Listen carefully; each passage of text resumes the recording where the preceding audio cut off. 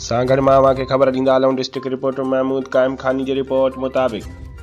SSP सां गॾु captain Saddam Hussain गुज़िरियल ॾींहुं संजोरो में औरत साइमा सां ज़्यादतीअ वारे वाक़े जो फौरी तौर नोटिस वठंदे DSP ऐं SHO संजोरो खे जवाबदारनि ख़िलाफ़ केस दाख़िल करे जवाबदारनि जी फौरी गिरफ़्तारी, शफ़ाफ़ ऐं गैर जानबदारीअ सां जांच जा हुकुम जारी करे छॾिया, जंहिं ते SHO संजोरो वाक़े में मुलविस जवाबदारनि दिलकश राय महाराज ऐं लाल चंद भील जे ख़िलाफ़ केस दाख़िल करे गिरफ़्तार करे वधीक जांच शुरू करे छॾी आहे। ॿियनि कार्रवाइनि में SHO पीरूमल मुनीर अहमद जतोई बाहि ॼण ऐं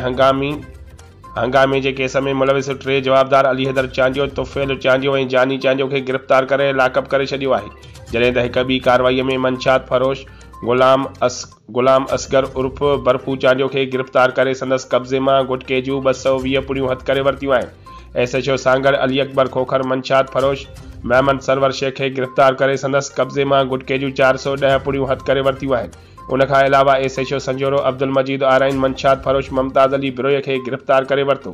संदसि कब्ज़े मां 20 लीटर देसी शराब हथ करे वरितो आहे, जॾहिं त ॿी कार्रवाईअ में SHO 20 सेक्शन गुलाम शबीर दिलवानी मंशात फरोश साईं बख्शियो